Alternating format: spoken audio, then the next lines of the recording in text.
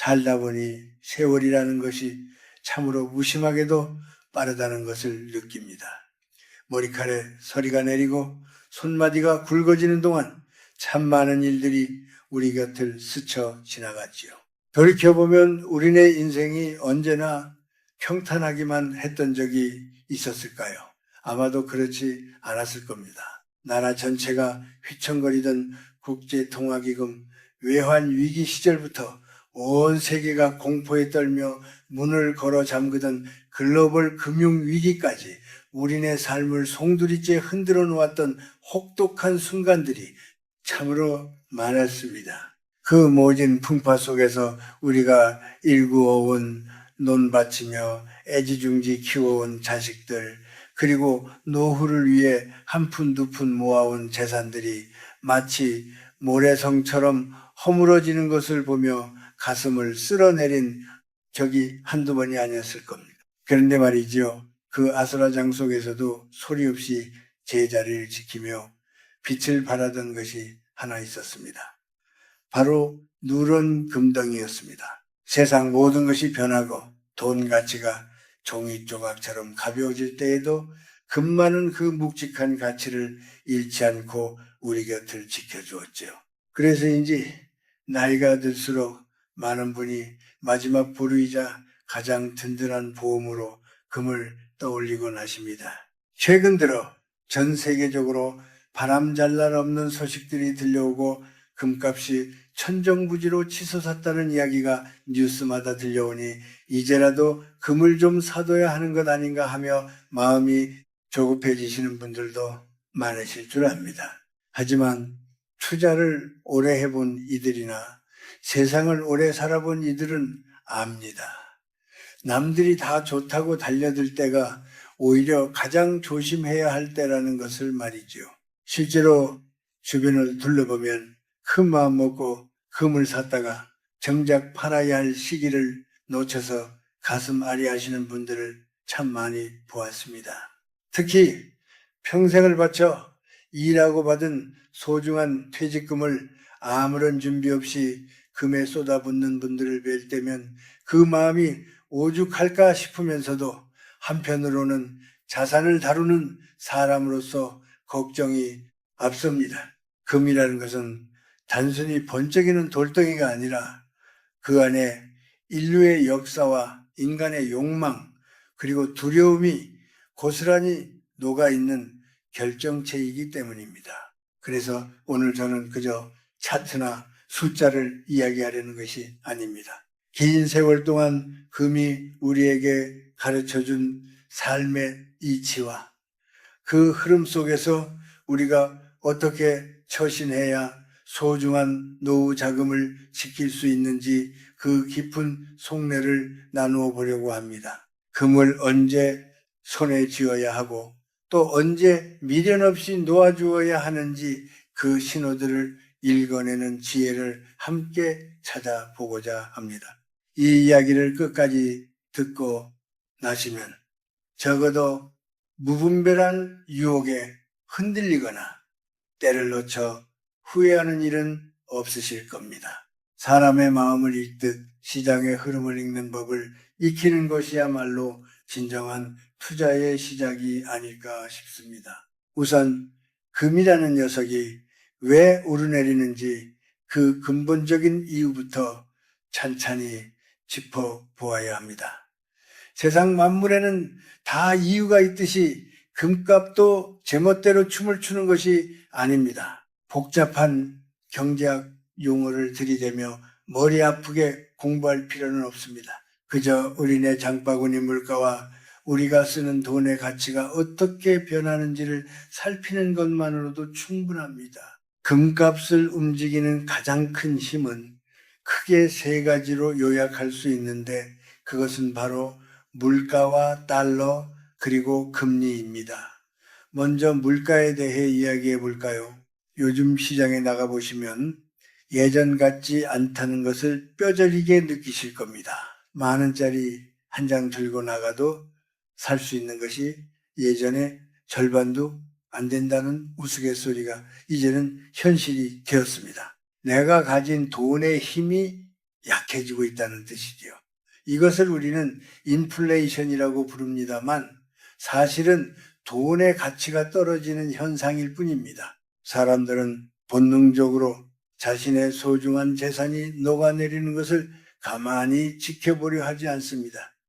그래서 가치가 변하지 않는 무언가를 찾게 되는데 그것이 바로 금입니다. 금은 인류 역사상 단 한 번도 그 가치가 사라진 적이 없는 유일한 실물 화폐였습니다. 나라가 망해도 금은 남고 정권이 바뀌어도 금의 가치는 변하지 않습니다. 그래서 물가가 3% 이상 가파르게 오르기 시작한다는 소문이 돌면 그것은 곧 사람들이 금을 찾기 시작할 것이라는 첫 번째 신호로 받아들여야 합니다. 돈이 너무 많이 풀려 귀함이 없어질 때 사람들은 다시 귀한 것을 찾아 나서기 마련입니다. 일례로 1970년대 미국에서 극심한 물가 상승이 찾아왔을 때 금 가격은 무려 2000% 넘게 폭등했습니다. 내 돈의 가치가 눈앞에서 사라지고 있다는 공포가 사람들을 금으로 몰아넣은 것이지요. 두 번째로 눈여겨봐야 할 것은 달러의 기운입니다. 전 세계 모든 귀한 물건은 미국 달러로 그 값을 매깁니다. 금도 예외는 아니죠. 그래서 금과 달러는 마치 시소의 양 끝에 앉은 아이들 같습니다. 달러가 힘을 내서 위로 솟구치면 금은 아래로 내려가고 달러가 힘을 잃고 처지면 금은 다시 고개를 듭니다. 달러 인덱스라는 지표가 있는데 이것이 100이라는 기준점을 중심으로 위아래로 움직입니다. 이 수치가 100 아래로 떨어지며 달러의 기운이 쇠약해진다는 소식이 들리면 그것은 곧 금이 기지개를 켤 준비를 하고 있다는 두 번째 중요한 징조입니다. 마지막으로 금리는 돈의 몸값입니다. 은행에 돈을 맡기면 이자를 주지요. 하지만 금은 기특하게도 스스로 이자를 낳지 못합니다.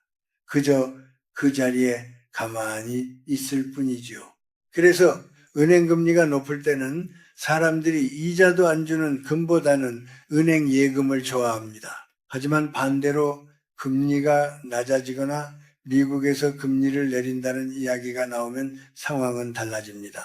이자가 없으니 금을 가지고 있는 부담이 사라지고 오히려 돈 가치 하락을 막아줄 금의 매력이 도드라지게 되는 것입니다. 물가가 오르고 달러가 약해지며 금리가 낮아지는 이 세 가지 조각이 맞물릴 때 금은 비로소 제 세상을 만난 듯 빛을 발하기 시작합니다. 세상을 살다 보면 흐름을 읽는 것이 얼마나 중요한지 깨닫게 됩니다. 물이 들어올 때 노를 저어야 하고 바람이 불 때 돛을 올려야 하듯 금 투자 역시 그 시기를 잘 가늠하는 것이 무엇보다 소중합니다.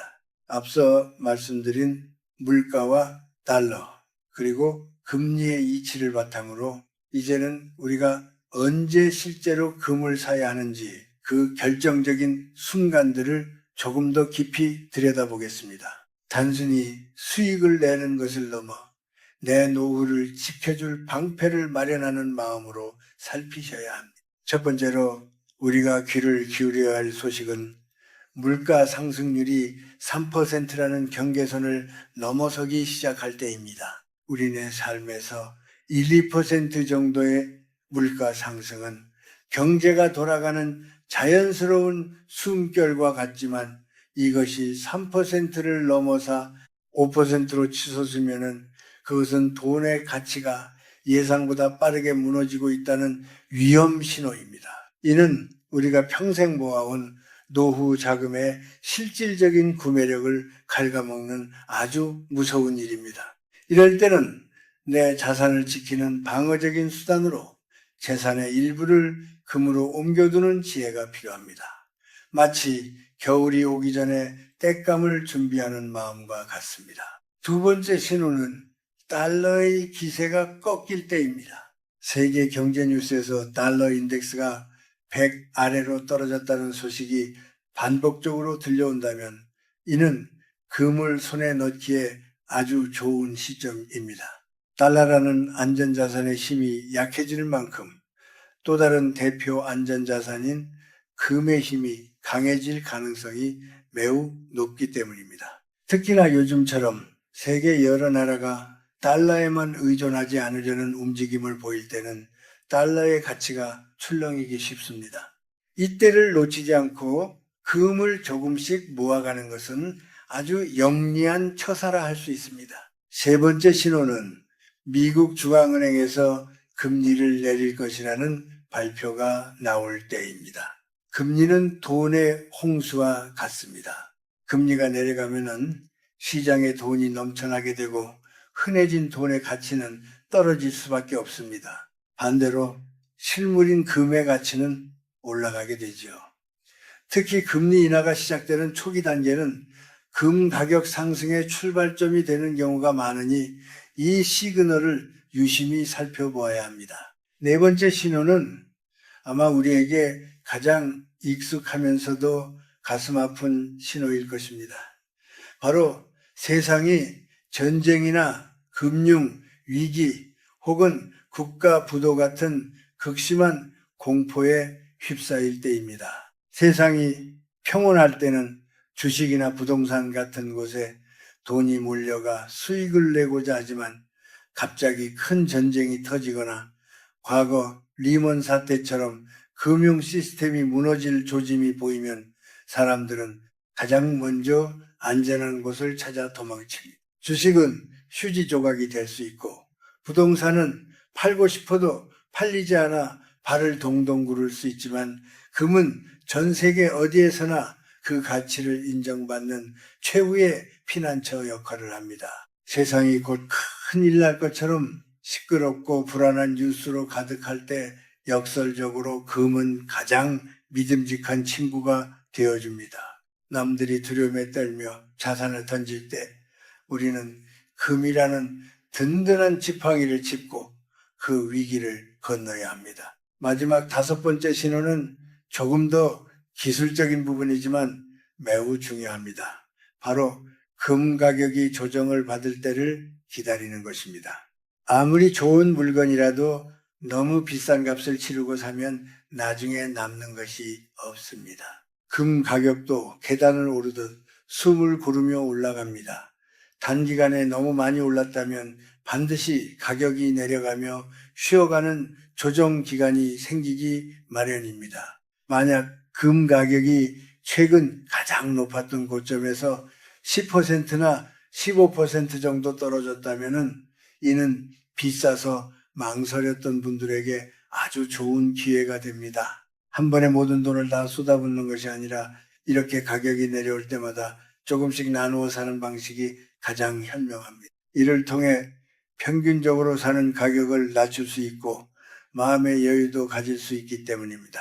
쌀 때 사서 비쌀 때 판다는 투자의 기본 원칙은 금에도 똑같이 적용됩니다. 하지만 금을 사는 것보다 더 중요한 것은 그것을 어떻게 관리하고 언제 놓아주느냐에 달려 있습니다.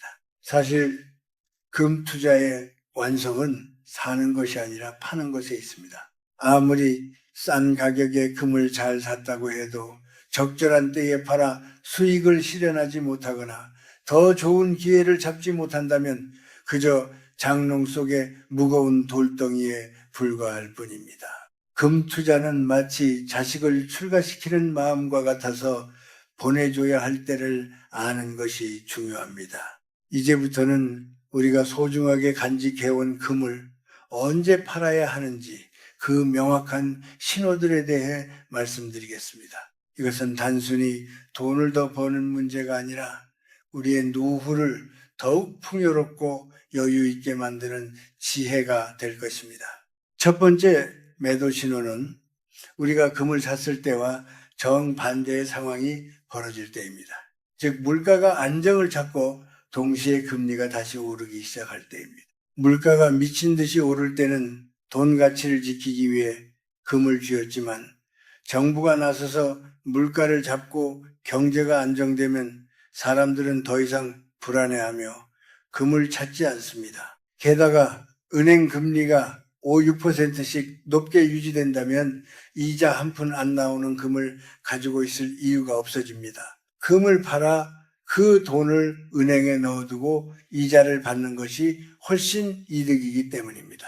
실제로 1980년대 초 미국이 물가를 잡기 위해 금리를 20% 가까이 올렸을 때 금 가격은 힘없이 주저앉아 수년간 하락의 길을 걸었습니다. 두 번째로 우리가 금을 놓아주어야 할 신호는 달러의 기운이 다시 강력해질 때입니다. 앞서 금과 달러는 시소 관계라고 말씀드렸죠. 달러가 다시 강해져 달러 인덱스가 100을 훌쩍 넘어서고 그 자리를 지킨다면 그것은 세계의 돈이 다시 미국으로 몰려가고 있다는 뜻입니다. 미국 경제가 튼튼해졌거나 혹은 다른 나라들이 어려워져서 사람들이 가장 안전하다고 믿는 달러로 피신하는 것입니다. 이유가 무엇이든 강력한 달러는 금 가격에 큰 부담을 줍니다. 시소의 한쪽이 높이 올라가면 반대쪽 금은 아래로 내려올 수밖에 없는 이치이지요. 이럴 때는 금의 비중을 줄이고 달러 자산으로 일부 옮겨두는 것이 현명한 처사입니다. 세 번째 신호는 우리 기분을 아주 좋게 만드는 신호입니다. 바로 금 가격이 단기간에 너무 많이 올랐을 때입니다. 만약 1년 사이에 금값이 20% 이상 올랐다면 흥분하기보다는 오히려 차분해져야 합니다. 세상에 영원히 오르기만 하는 것은 없습니다. 가파르게 산을 올랐으면 반드시 내려오는 길도 가파른 법입니다. 이익을 챙기려는 사람들이 물량을 쏟아내기 시작하면 가격은 순식간에 떨어질 수 있습니다. 마치 높이 던진 공이 땅으로 떨어지는 자연의 순리와도 같습니다. 이럴 때는 가진 금을 한꺼번에 다 팔 필요는 없지만 절반 정도라도 팔아서 수익을 확정짓는 것이 지혜롭습니다. 그래야 나중에 가격이 떨어져도 웃으며 버틸 수 있는 여유가 생깁니다. 네 번째 신호는 시장의 분위기가 안전한 것보다 위험한 수익을 쫓아갈 때 나타납니다. 전쟁의 공포가 가시고 세상의 평화가 찾아오면 사람들은 더 이상 금에 만족하지 못합니다. 더 큰 돈을 벌기 위해 주식이나 부동산으로 눈을 돌리게 되죠. 뉴스에서 주식시장이 화왕이라는 소리가 매일 들리고 주변 사람들이 주식으로 돈을 벌었다고 자랑하기 시작하면 시장의 무게중심이 금에서 떠나고 있다는 신호입니다. 돈의 흐름은 한정되어 있어 한쪽이 뜨거워지면 다른 쪽은 차갑게 식기 마련입니다.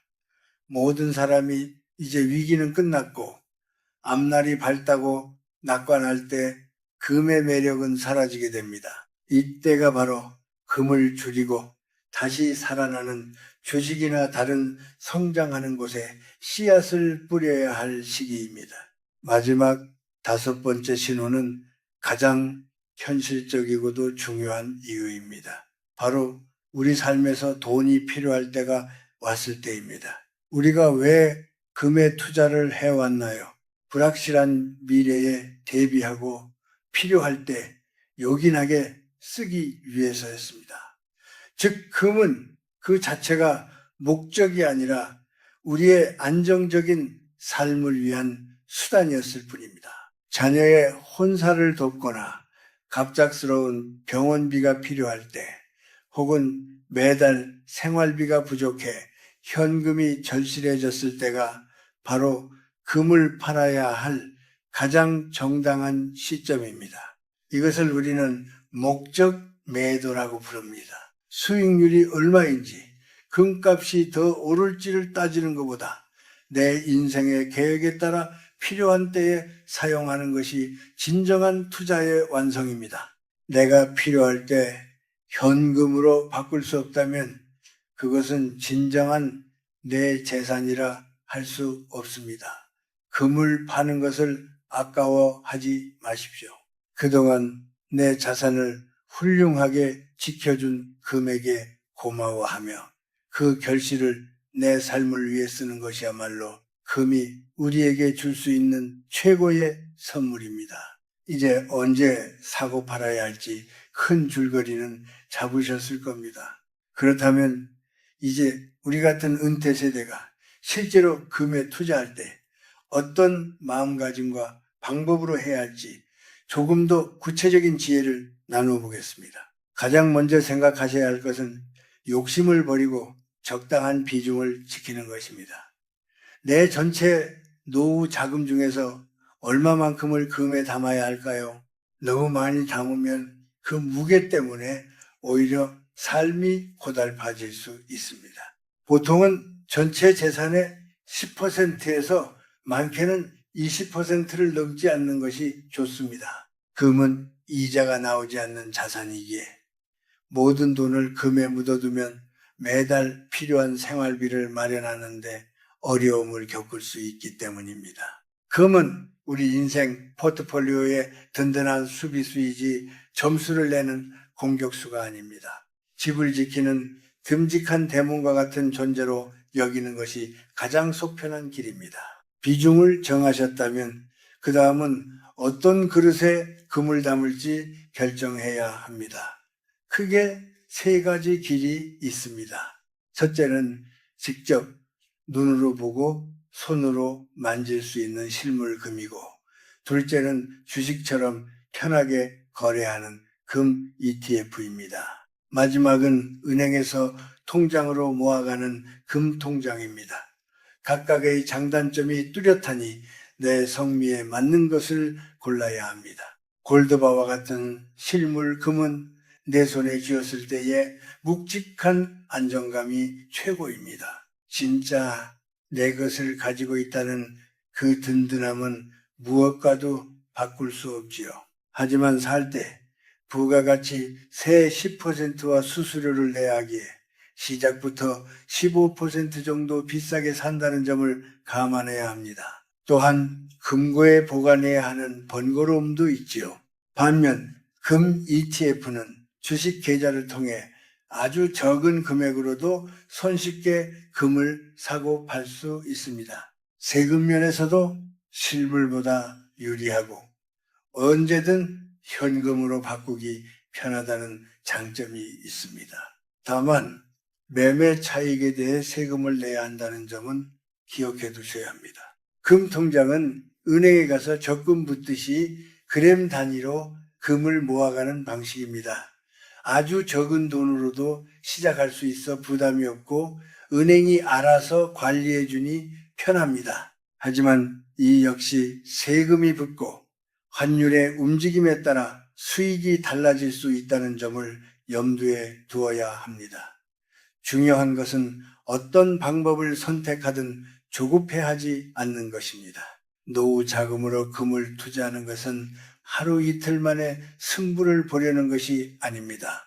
적어도 5년에서 10년 뒤를 내다보고 내 삶을 지탱해 줄 주춧돌을 놓는 작업입니다. 우리가 배운 신호들을 나침반 삼아 세상이 시끄러울 때 조금씩 모아가고 세상이 다시 평온해져 금값이 치솟을 때 조금씩 덜어내는 그 유연함이 필요합니다. 여기서 우리가 하나 더 깊이 생각해 보아야 할 주제가 있습니다. 바로 현대 사회의 변화입니다. 예전에는 그저 금만 가지고 있으면 최고인 줄 알았지만 이제는 세상의 돈의 흐름이 아주 복잡해졌습니다. 최근에는 디지털 금이라 불리는 것들도 나오고 전 세계 중앙은행들이 달러 대신 금을 사모으는 속도가 예사롭지 않습니다. 중국이나 러시아, 인도 같은 나라들이 달러의 지배에서 벗어나려고 애를 쓰며 금을 비축하고 있지요. 이는 앞으로 금의 가치가 우리가 생각하는 것보다 더 오랫동안 유지될 수 있다는 뜻이기도 합니다. 하지만 이런 거창한 이야기보다 더 중요한 것은 우리의 마음가짐입니다. 투자의 고수들은 시장의 흐름을 보지만 삶의 고수들은 자신의 마음을 봅니다. 남들이 얼마를 벌었네, 금값이 얼마네 하는 소리에 귀를 뺏기면 정작 내게 필요한 판단을 내릴 수 없습니다. 금은 그저 돌입니다. 그 돌에 가치를 부여하는 것은 인간의 마음이지요.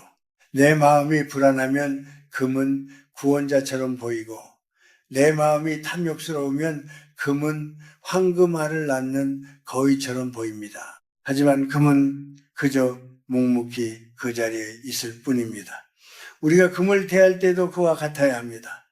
너무 뜨겁지도 않게 너무 차갑지도 않게 대해야 합니다. 내 재산의 일부를 떼어 너는 내가 혹시나 어려울 때 나를 지켜다오 하는 마음으로 묻어두고 그 뒤로는 잊고 사는 것이 가장 건강한 투자입니다.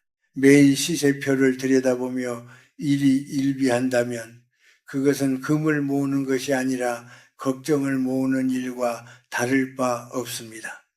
은퇴 후의 삶은 무엇보다 평온해야 합니다. 돈 때문에 밤잠을 설치거나 마음을 졸이는 일이 없어야 진정한 노후라 할 수 있지요. 금 투자는 바로 그 평온함을 얻기 위한 수단이 되어야 합니다. 긴 시간 동안 금에 얽힌 세상 돌아가는 이치와 투자에 대한 이야기를 나누었습니다.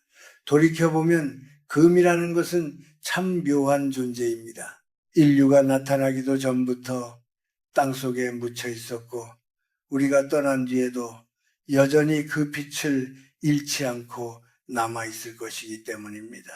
우리네 인생은 잠깐 왔다가 가는 바람과 같지만 금은 영원함을 상징합니다. 그래서 우리가 노후의 동반자로 금을 선택하는 것은 어쩌면 본능적인 안정감을 찾기 위함일지도 모릅니다. 오늘 나눈 이야기들의 핵심은 간단합니다. 금은 세상에서 가장 든든한 안전자산이지만 그 가격은 바다의 파도처럼 끊임없이 오르내린다는 사실을 인정하는 것입니다. 우리는 그저 멍하니 파도를 맞고 서 있는 사람이 되어서는 안 됩니다. 파도가 언제 밀려올지 또 언제 빠져나갈지를 미리 살피고 그 흐름에 몸을 맡길 줄 아는 지혜로운 항해사가 되어야 합니다. 오늘 우리가 짚어본 5가지 매수 신호와 5가지 매도 신호는 여러분의 항해를 돕는 든든한 나침반이 되어줄 것입니다. 이제 더 이상 막연한 불안감에 쫓겨 금방이라도 금값이 폭등할 것 같은 공포에 금을 사거나 혹은 가격이 조금 떨어진다고 겁을 먹고 소중한 금을 헐값에 넘기는 일은 없으실 겁니다. 스스로 판단하고 스스로 결정할 수 있는 힘을 기르는 것이야말로 진정한 부자가 되는 길입니다. 돈이 많은 부자보다 마음이 넉넉한 부자가 되시길 바랍니다. 금을 사 모으는 과정이 여러분에게 스트레스가 아니라 미래를 차곡차곡 준비해가는 즐거움이 되었으면 좋겠습니다.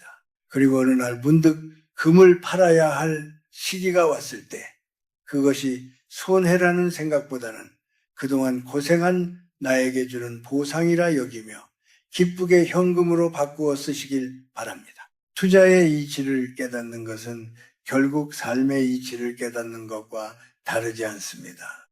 너무 집착하지 않고 흐름을 따르되 나만의 원칙을 지키는 것, 그것이 투자의 성공 비결이자 행복한 인생의 비결이 아닐까 싶습니다. 오늘 이야기가 여러분의 평안한 노후 준비에 작은 보탬이 되었다면 더할 나위 없이 기쁘겠습니다. 내 자산을 지키는 것도 중요하지만 무엇보다 소중한 것은 여러분의 건강과 마음의 평화라는 것을 잊지 마십시오.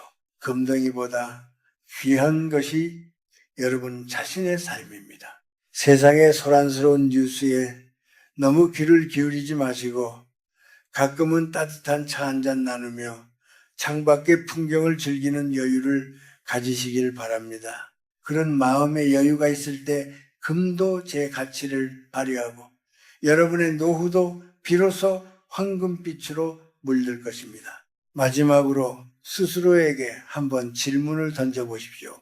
나는 단순히 돈을 쫓아 금을 사려는 것인가?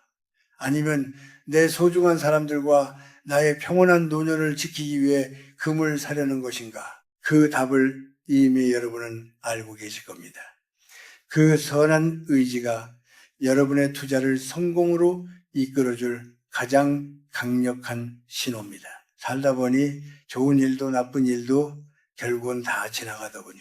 하지만 그 속에서도 변하지 않는 가치를 찾으려는 우리의 노력은 결코 배신하지 않습니다. 오늘 나눈 지혜가 여러분의 앞날에 든든한 버팀목이 되기를 진심으로 기원합니다. 다음에는 또 다른 삶의 지혜와 우리가 꼭 챙겨야 할 현실적인 이야기들을 가지고 찾아뵙겠습니다. 우리가 당연히 받을 수 있다고 생각했던 권리들이 왜 때로는 우리를 비껴가는지, 그 안타까운 사연들과 해결책을 함께 고민해보는 시간을 가질까 합니다. 긴 시간 저의 진심 어린 이야기에 귀 기울여 주셔서 감사합니다. 여러분의 노후가 저물어가는 노을보다 더 찬란하고 아름다운 황금빛이 되기를 늘 응원하겠습니다.